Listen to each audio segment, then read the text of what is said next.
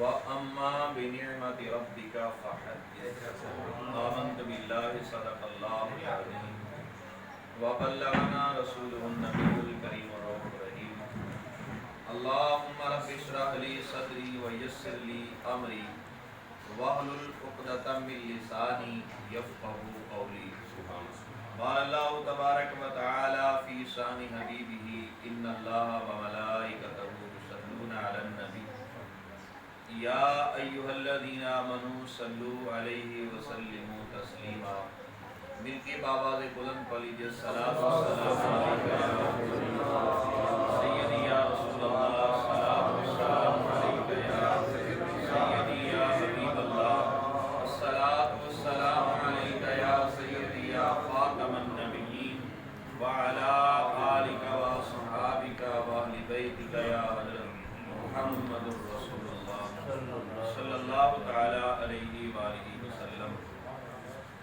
فلک کے نظاروں زمین کی بہاروں فلک کے نظاروں زمین کی بہاروں سبھی خوشیاں مناؤ حضور آ گئے فلک کے نظاروں زمین کی بہاروں سبھی خوشیاں مناؤ حضور آ گئے ہیں اٹھو غم کے مارو اٹھو غم کے مارو چلو بے سہارو خبر یہ سناؤ حضور آ گئے ہیں نہایت ہی واجب الاحترام میرے بزرگوں میرے دوستوں اور نوجوان بھائیوں آج کی یہ محفل پیارے آقا صلی اللہ تعالی علیہ وآلہ وسلم کی آمد کے سلسلے میں ہمارے بہت ہی پیارے بھائی جناب محترم ماسٹر حاجی محمد رفیق صاحب کے آشیانے پر ہم سب شرکت کی سعادت حاصل کر رہے ہیں ان کی محبتیں ہیں جناب محترم چودھری شاہد صاحب اور ماسٹر عائشہ صاحب ہمارے اللہ تبارک و تعالیٰ کی پاک بارگاہ میں دعا ہے کہ رب ذوالجلال اس محفل پاک کا صدقہ ان کو صحت والی سلامتی والی ایمان والی طویل زندگی نصیب فرمائے اور اللہ پاک ان کے مرحومین کی کامل بخشش فرمائے بالخصوص ہماری بہن ان کی اہلیہ ان کے والدین ان کے بہنوئی ستارے خانہ سے چلے گئے رب ذوالجلال محمود پیارے محبوب علیہ السلام کی آمد والے اس مہینے کے صدقے اللہ ان کی قبروں کو روشن بنائے بڑی خوش قسمتی ہے کہ ہم اس محفل میں بیٹھے ہیں تو آج اگر ہم اوورال سرچ کریں دیکھیں تو کوئی ایسے بھی لوگ ہیں کہ جو ماہ ربیع الاول میں حسد کی آگ میں جلتے ہیں اور کوئی ایسے بھی ہیں جو خوشیاں مناتے ہیں اگر یقین جانے تو یہ اپنے اپنی قسمت کی بات ہے کوئی اس مہینے کی آمد پر حسد کی آگ میں جلتا ہے اور کوئی خوشیاں مناتا ہے کیسے خوشیاں نہ منائیں قرآن نے بھی کہا نا وَأَمَّا بِنِعْمَةِ رَبِّكَ فَحَدِّثْ کہ اپنے رب کی نعمتوں کا چرچا کرو خوب چرچا کرو اگر ہم دیکھیں اپنے اوپر تو یقین جانے کہ جتنی نعمتیں اللہ تعالیٰ نے عطا کی ہیں ہمارے لیے گھر ہے یہ بھی اللہ کی نعمت ہے ہمارے پاس پہننے کے لیے اچھا کپڑا ہے یہ بھی اللہ کی نعمت ہے ہمارے پاس اچھی سواری یہ بھی اللہ کی نعمت ہے کھانے پینے کی بے شمار اشیاء یہ بھی اللہ کی نعمت ہے یہ زمین جس پہ ہم قدم رکھتے ہیں تو یہ ہمیں نیچے نہیں لے کے جاتی یہ بھی اللہ کی نعمت ہے قرآن نے کہا نا کہ اگر تم اللہ کی نعمتوں کا شمار کرنا چاہو وَإِن تَعُدُّوا نِعْمَةَ اللَّهِ لَا تُحْصُوهَا کبھی نہیں گن سکتے کبھی بھی نہیں گن سکتے اگر ہم دیکھیں تو ان ساری نعمتوں سے بڑھ کے کون سی نعمت ہے وہ ہمارے پیارے کریم آقا صلی اللہ علیہ وسلم کی ذات ہے اللہ تبارک و تعالیٰ نے ہمیں ان کا امتی بنایا یہ ساری چیزیں ایک سائیڈ پہ آؤ میں ایک واقعہ سناتا ہوں لوگ دلیلیں مانگتے کہ دلیل دو کہ کیسے خوشی منانا کہاں لکھا ہے یہ جھنڈے لگانا کہاں پہ لکھا ہے یہ فلاں کام کرنا کہاں پہ لکھا ہے مکہ مکرمہ کی گلیاں ہیں اوائل اسلام کے دن ہیں اوائل اسلام کے ابھی اسلام نیا نیا آیا ہے تو غربت بھی تھی ہر طرف افسلاس بھی تھا تنگ دستی بھی تھی ایک بیوہ خاتون رہتی ہے مکہ کی گلیوں میں اس کا ایک چھوٹا سا بچہ 7-8 سال کی عمر میں قاری صاحب چھوٹا سا اس کا بچہ ہے اب وہ بچہ گھر آیا نا اس نے دیکھا اس کی ماں کے جسم پہ جو کپڑا ہے وہ اتنا پھٹا پرانا ہے اتنا بوسیدہ کپڑا ہے کہ جسم کے اندر سے اس کے ماں کا اور لباس کے اندر سے اس کی ماں کا جسم چھلکتا نظر آتا ہے. بیٹا تھا، بچہ تھا، غیرت نے گوارا نہیں کیا. کہنے لگا اماں چاچے کے پاس چلا جاؤ. چاچا ماڑا تکڑا سی گا بابا انہوں نے چاچی کے پاس چلا جاؤں، کوئی چاچی کا اترا وہ سوٹ ہی لے آؤں. ماں نے روکا بیٹا نہیں جانا، چاچے نے کوئی نہیں دینا. کہنے لگا اماں میری غیرت یہ گوارا نہیں کرتی کہ آپ کا جسم مجھے نظر آئے.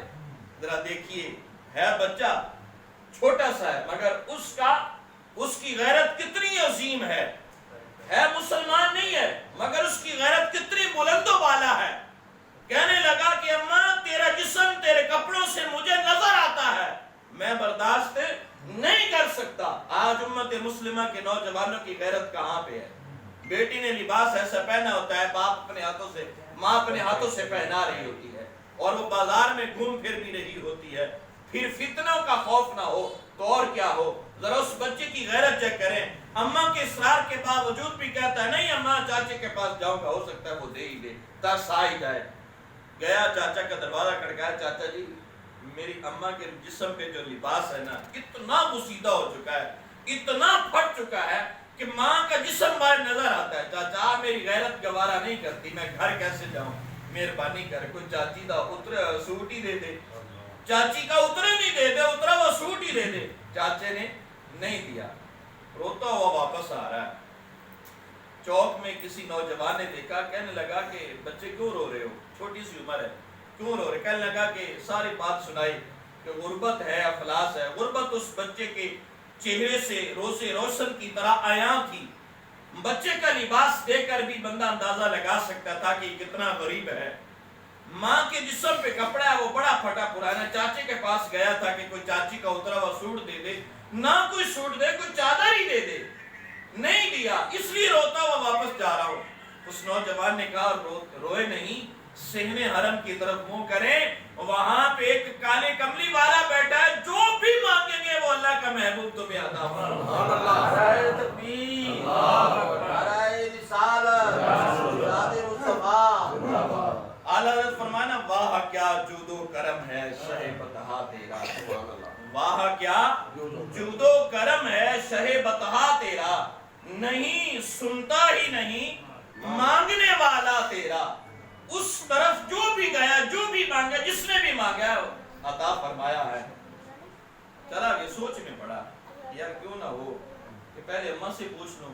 اماں کی طرف گیا نا، کہنے لگا کہ چاچے نے نہیں دیا. روتا ہوا بھی تھا، دل میں ایک تسلی بھی تھی کیونکہ ایک در اور نظر آ گیا تھا، ایک در اور نظر آ گیا تھا. تسلی بھی تھی، آنکھوں سے آنسو بھی تھے. کہنے لگا اماں چاچے نے نہیں دیا. اس نے کہا بیٹا میں نے پہلے بھی کہا تھا وہ نہیں دے گا، بیٹھ جا ادھر. کہنے لگا نہیں اماں ایک اور در نظر آیا ہے جہاں سے آج تک کوئی سوالی خالی گیا ہی نہیں ہے. کسی نے بتایا ہے صحن حرم میں ایک ودھا کے چہرے والے بیٹھے ہیں، جو بھی مانگو گے وہ تمہیں عطا کریں گے. اس نے کہا نہیں بیٹا ادھر نہیں جانا. کیوں نہیں جانا؟ انہوں نے دین بدل دینا، انہوں نے دین بدل دینا، ادھر نہیں جانا. اس نے کہا نہیں اماں میں کمپرومائز کر لوں گا، جاتے ہی پہلے میں یہ کہہ دوں گا کہ میں تیرا دین نہیں لینا. کپڑا چاہیے اماں، بس لے آؤں گا، دین میں نہیں بدلوں گا، یہ میرا آپ سے وعدہ ہے، دین نہیں بدلوں گا. ماں نے بڑا روکا مگر بیٹے کی غیرت نے گوارا نہیں کہ چلا گیا.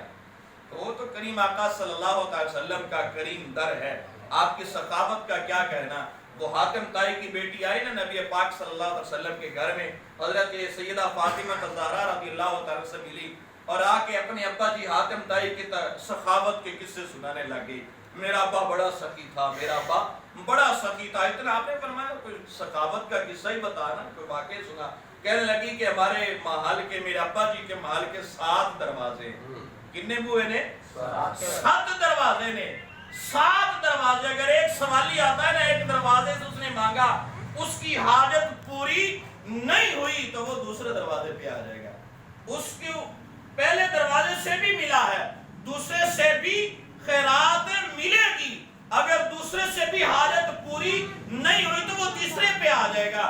تیسرے سے بھی دھدکارا نہیں جائے گا کہ وہ پہلے 2 سے لے کے آئے، نہیں، اس کو تیسرے سے بھی خیرات ملے گی. اگر اس کی پھر بھی ضرورت پوری نہیں ہوئی تو وہ چوتھے پہ آ جائے گا.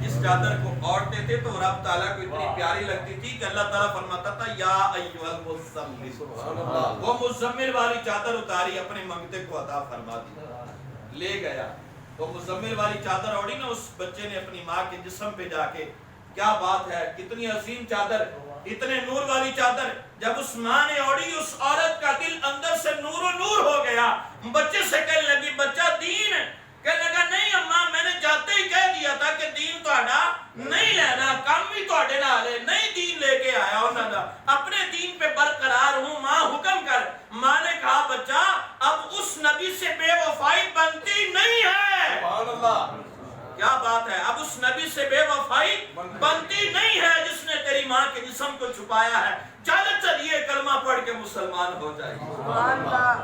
اور کسی نے کیا خوب کہا نا کہ مل گئے مصطفیٰ اور کیا چاہیے، فضل رب العلا اور کیا چاہیے۔ میرے خیال میں میرا وقت پورا ہو گیا، اور نہیں تو اس ساکان مصطفیٰ کا آپ جیسے نیک لوگوں کا مجمع ہو تو محبوب کی مدحت ہوتی رہے۔ وہ کہتے ہیں نا کہ زندگیاں ختم ہوئی اور قلم ٹوٹ گئے، پر تیرے اوصاف کا ایک باب بھی پورا نہ ہوا۔ دلدار بڑے آئے، محبوب بڑے دیکھے، جو بھی دیکھے سبھی ان کے قدموں میں بڑے دیکھے۔